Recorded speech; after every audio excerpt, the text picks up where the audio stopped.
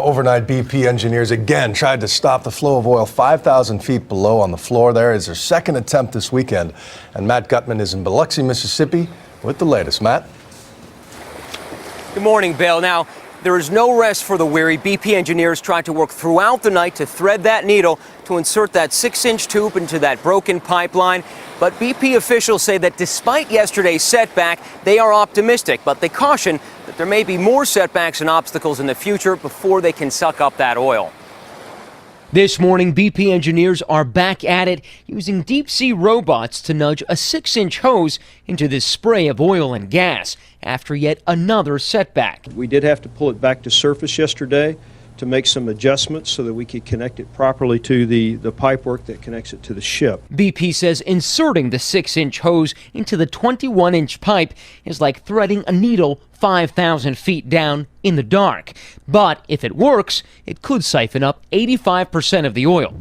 And also this morning, the Coast Guard will begin blasting dispersants at the source of the leak, hoping to break down the oil before it bubbles to the surface. I just want to assure everyone that we didn't cross this threshold lightly to employ this tool. U.S. Coast Guard Rear Admiral Mary Landry assured reporters the dispersant would cause far less environmental damage than the leaking oil.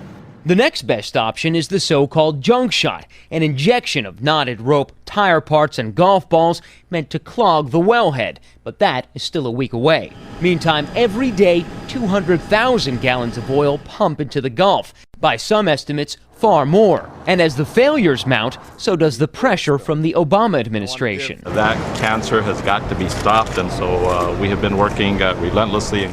But for those who make their living off the sea, like charter boat captain Mike Photo, the disease that afflicts them most is uncertainty. It's just frustrating. You think they're going to stop it. Like the first time when they put the hat on, everybody had the hopes, it was going to, that was going to work, and it didn't. So you're back to square one. Now, Bill, we see that the oil has not yet washed up on the beaches here of the Gulf Coast, but it is lurking in massive amounts in the water. A team of federally backed oceanographers went out. They said they found plumes 10 miles long, 3 miles wide. They're just absolutely enormous. There are many of them, and they're thousands of feet underwater. So we have no idea of the scope of this yet because you can't really see it. But what would that do to sea life, all that oil under the surface?